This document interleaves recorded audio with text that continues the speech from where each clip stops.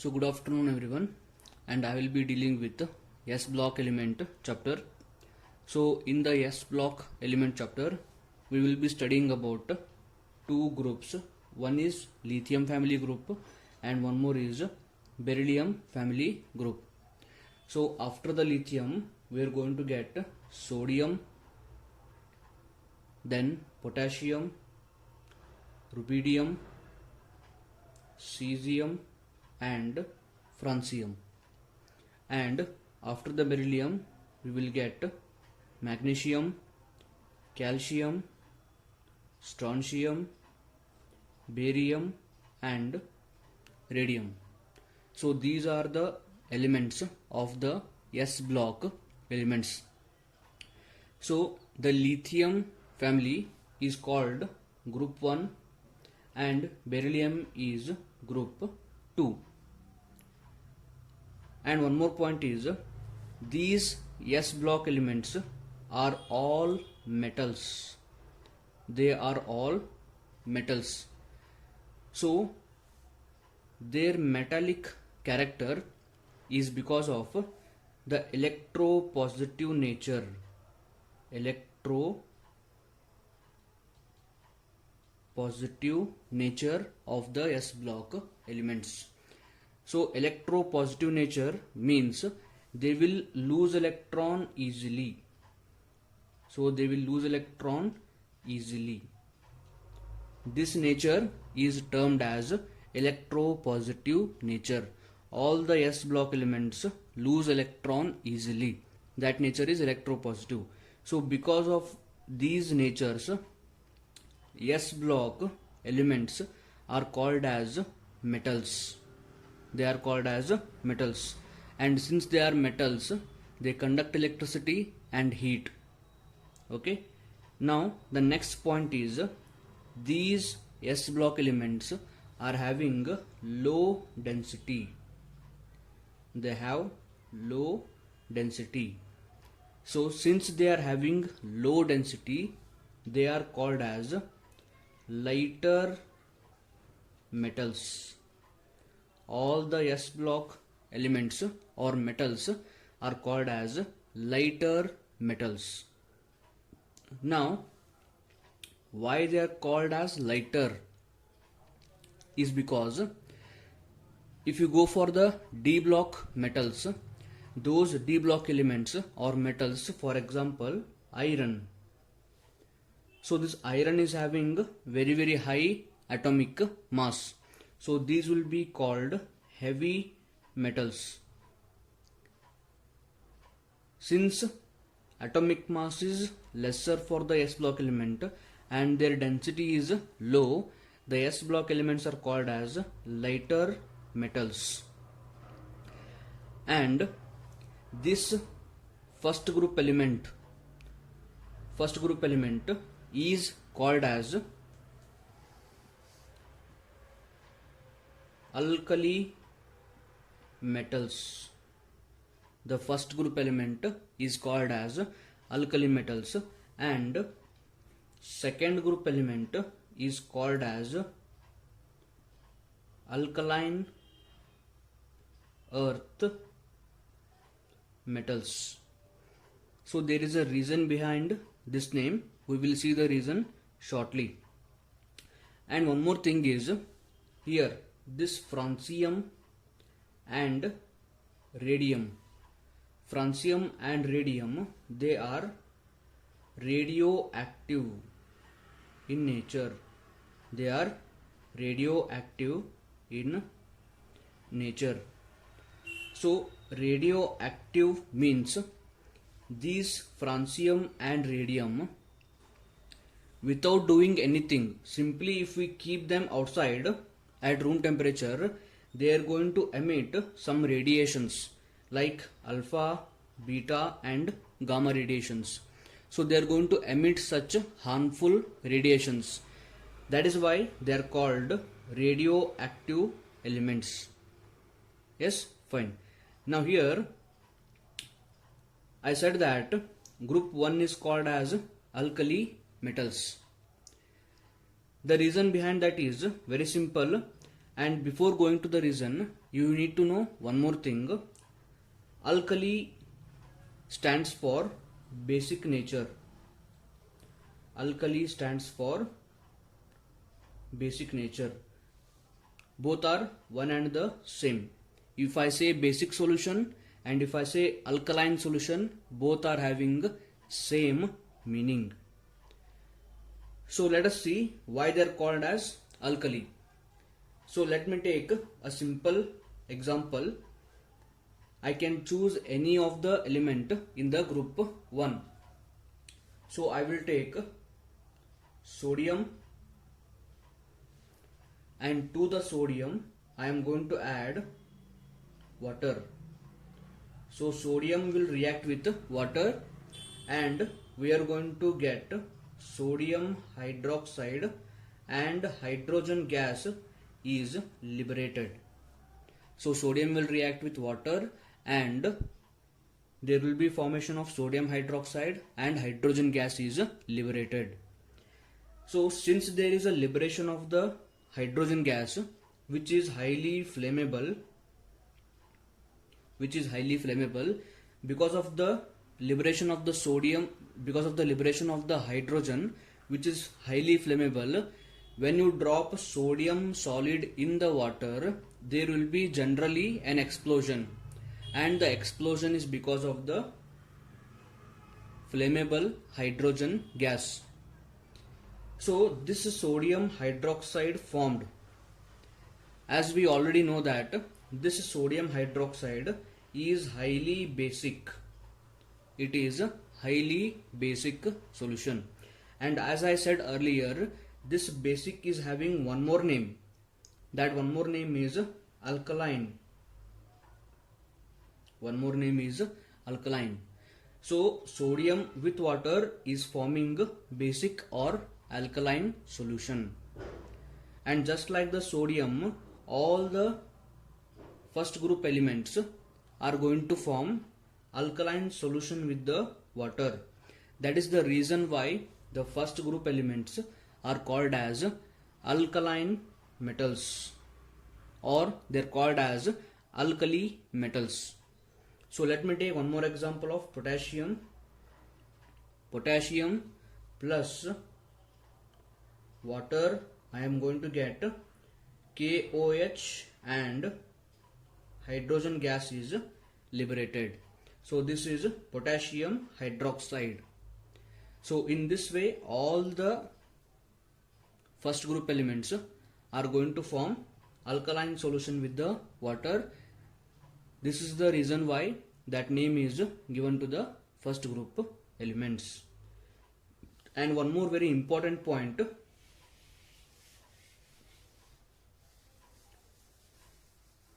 The second group elements,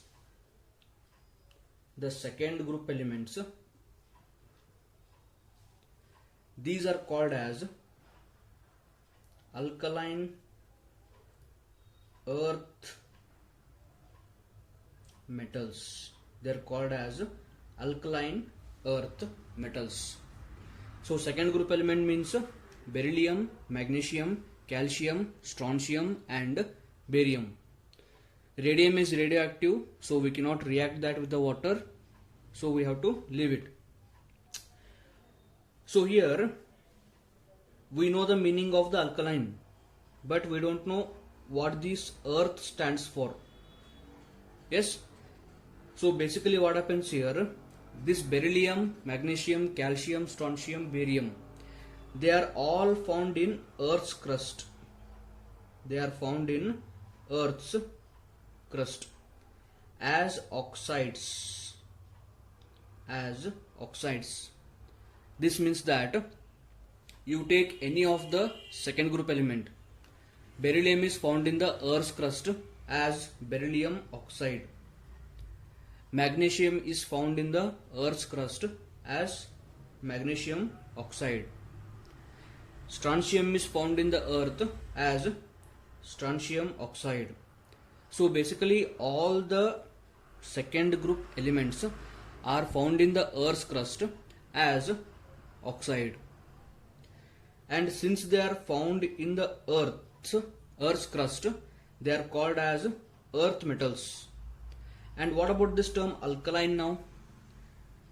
Now to prove why alkaline is added here, we are going to see one reaction. So let me take strontium oxide and I will react that with a water molecule. I am going to get strontium hydroxide. And this is again basic in nature. It is again basic, or we can say alkaline. It is alkaline.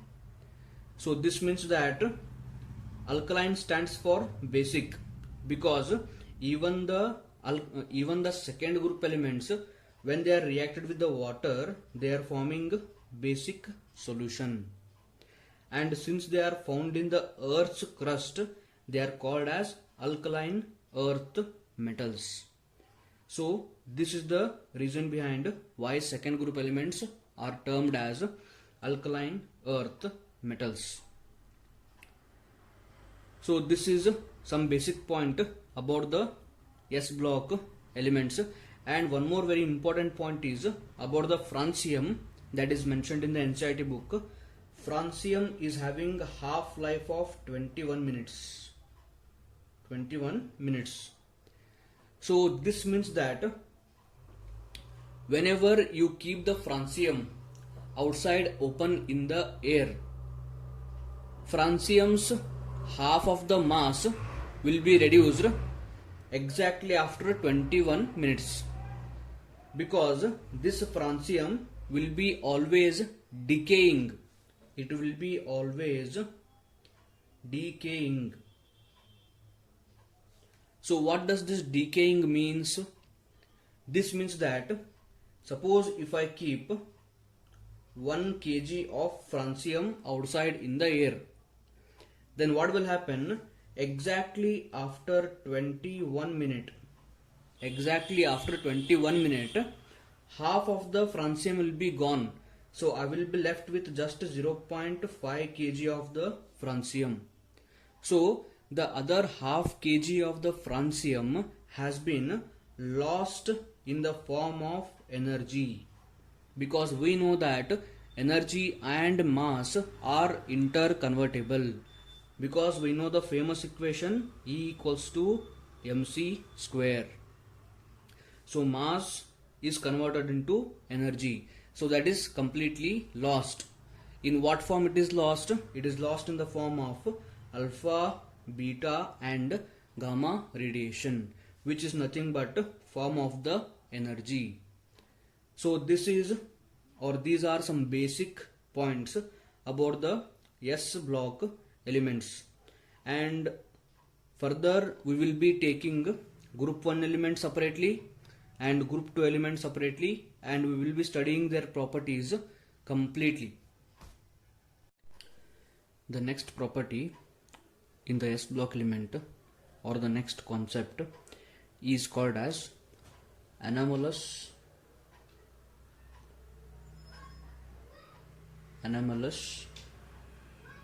behavior of lithium and beryllium. So this is the name of the topic, that is anomalous behavior of lithium and beryllium. So here first of all we need to understand what is the meaning of the anomalous. So anomalous means something different behavior of lithium and beryllium. So to understand exactly what that means, I am going to write all the elements. So lithium, sodium, potassium, rubidium, cesium and francium, and here beryllium, magnesium, calcium, strontium and barium. So this concept is mainly for the lithium and beryllium, and here the element lithium and beryllium, they will show some different properties compared to rest of the elements. So the element lithium and beryllium, they will show some different properties. Actually, in the periodicity chapter, we have learned that in a particular group, and this group is also called as a family. It is called family because all the elements present in the particular group, they should have similar properties.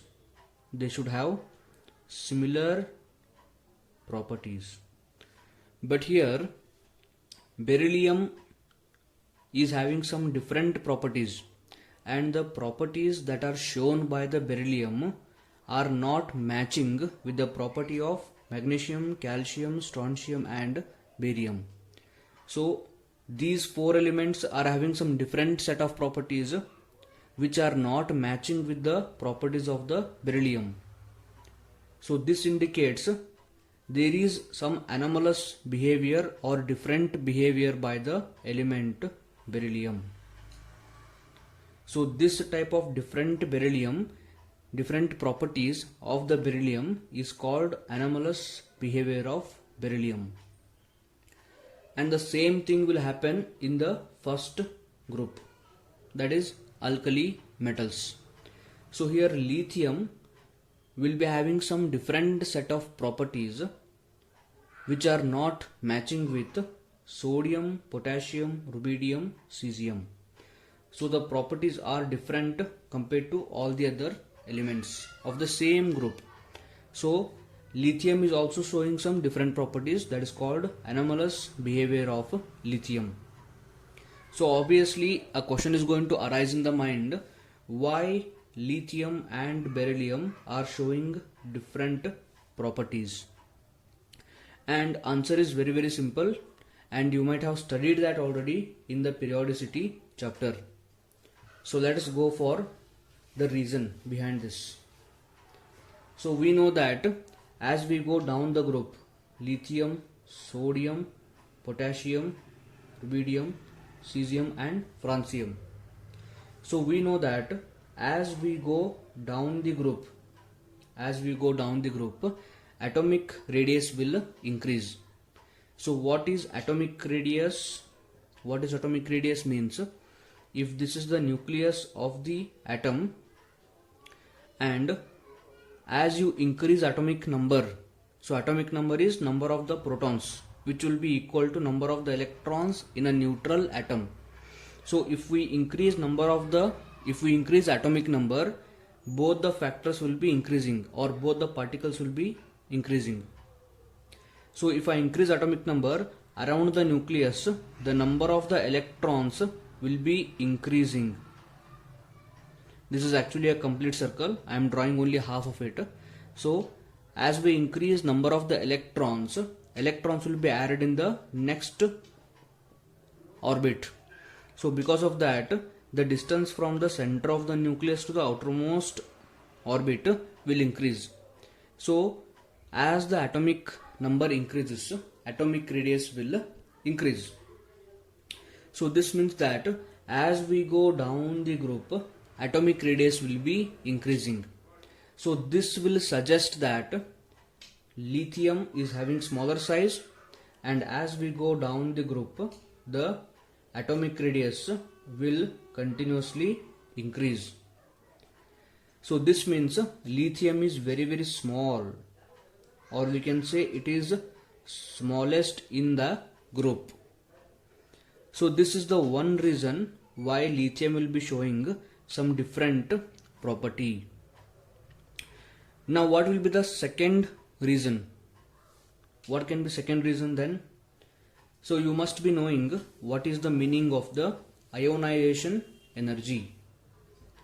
So ionization energy, you have studied this topic of ionization energy in the periodicity chapter.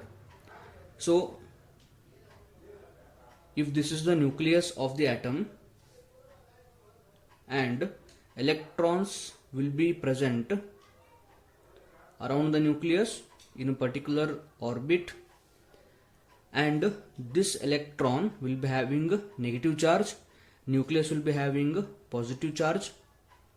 So electron will be attracted by the nucleus. So there will be attractive force between the electron and the nucleus. So if I want to remove this electron from the atom, I cannot put my hand and I cannot remove that electron, because electron will be very small. So you might be knowing the mass of the electron, that is 9.1 into 10 to the power of minus 31 kg. So it is 10 to the power minus 31 kg. So that is lots of zero on the left side. So because of that, I cannot put my hand inside the atom and I cannot remove the electron, obviously. Yes. So what I am going to do is, I am going to supply some amount of energy from the outside. So when I supply the energy from the outside, the electron is going to absorb that energy.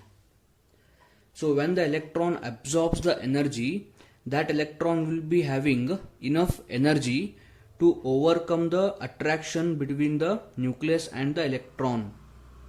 So after absorbing sufficient amount of energy, electron will be cutting itself from the nucleus and electron will be coming outside. Yes. Now there is one important factor here. That factor is size. Suppose if you are having a small atom and if you are having a large atom, both will be having nucleus and both will be having electrons. Yes. So if the distance between the negatively charged electron and positively charged nucleus, if distance is small and here distance is large. So if distance between the electron and the nucleus is smaller, then there will be more attraction between the nucleus and the electron. If there is more attraction, that means if electron is strongly held by the nucleus, then obviously I would require higher amount of energy to remove the electron from the smaller atom.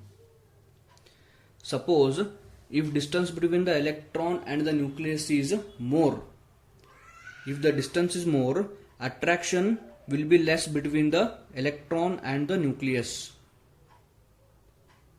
So that means electron is less tightly held by the nucleus compared to smaller atom.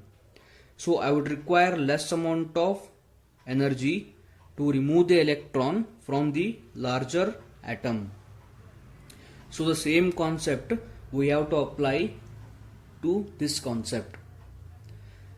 So lithium is smallest in size.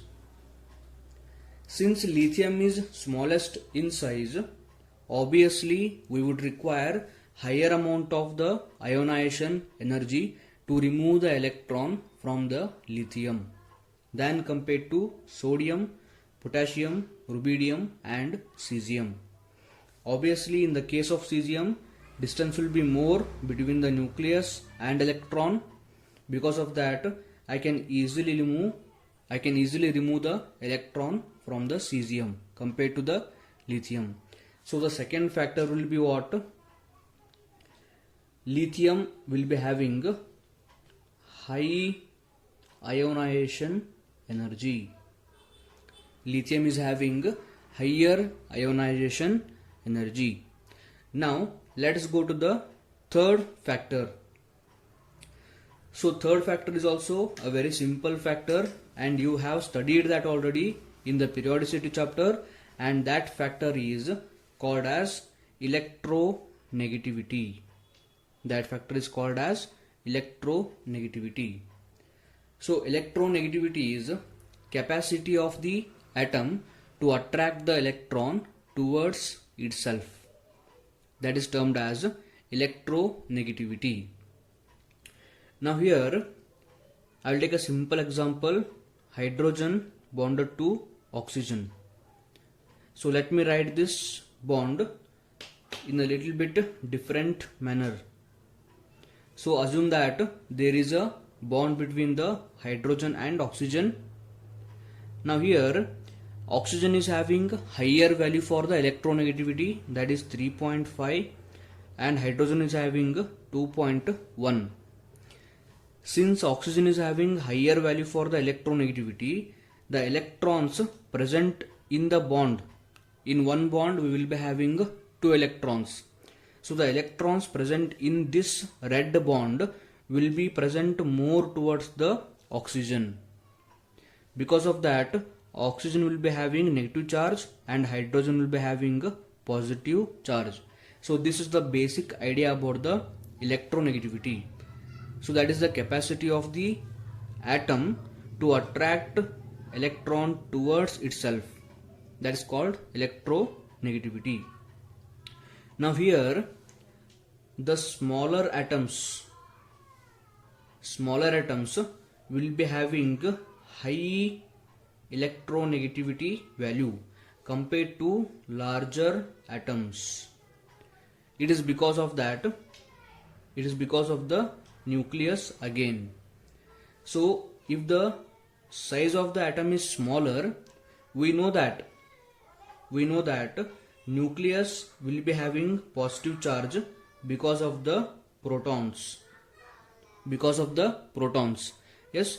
So if the size of the atom is smaller, then the positive charge of the nucleus will be present more on the surface of the atom. If the positive charge is more, then it can attract electron better. So once again, if the size of the atom is smaller, electronegativity will be higher because of the nucleus.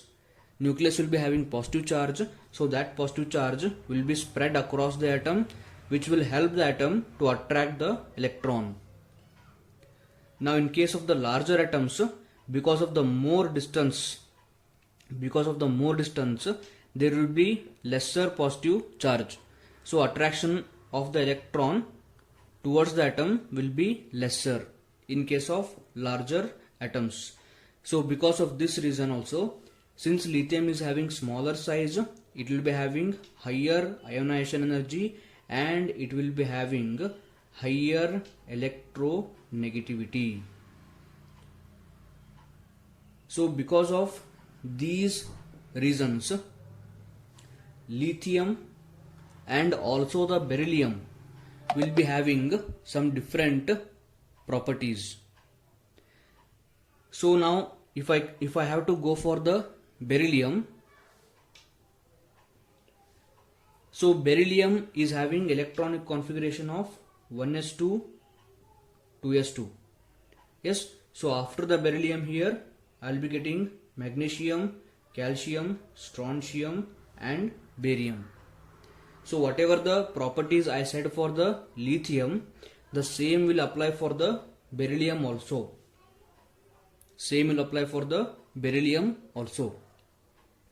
And in addition to these three properties, there is one extra property for the beryllium. Yes, and that property is beryllium does not have any empty d orbital. Beryllium doesn't have any empty d orbital, whereas other magnesium, calcium, strontium, barium, they will be having empty d orbitals. About this we will study in the future. Yes, next property is, now we have seen that lithium and beryllium are showing some different properties. Now let us take one or two examples of what those properties are actually. Yes, so the first one is lithium chloride and beryllium chloride are covalent in nature. Lithium chloride and beryllium chloride, they are covalent in nature. So because of their covalent nature, they will be less soluble in water.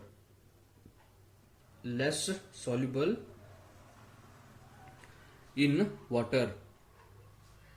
Whereas just if I take sodium with the same anion, if I take sodium chloride and if I take calcium chloride, these will be ionic in nature.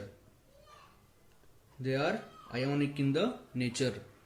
So this proves that lithium and beryllium are showing some different properties compared to rest of the other elements.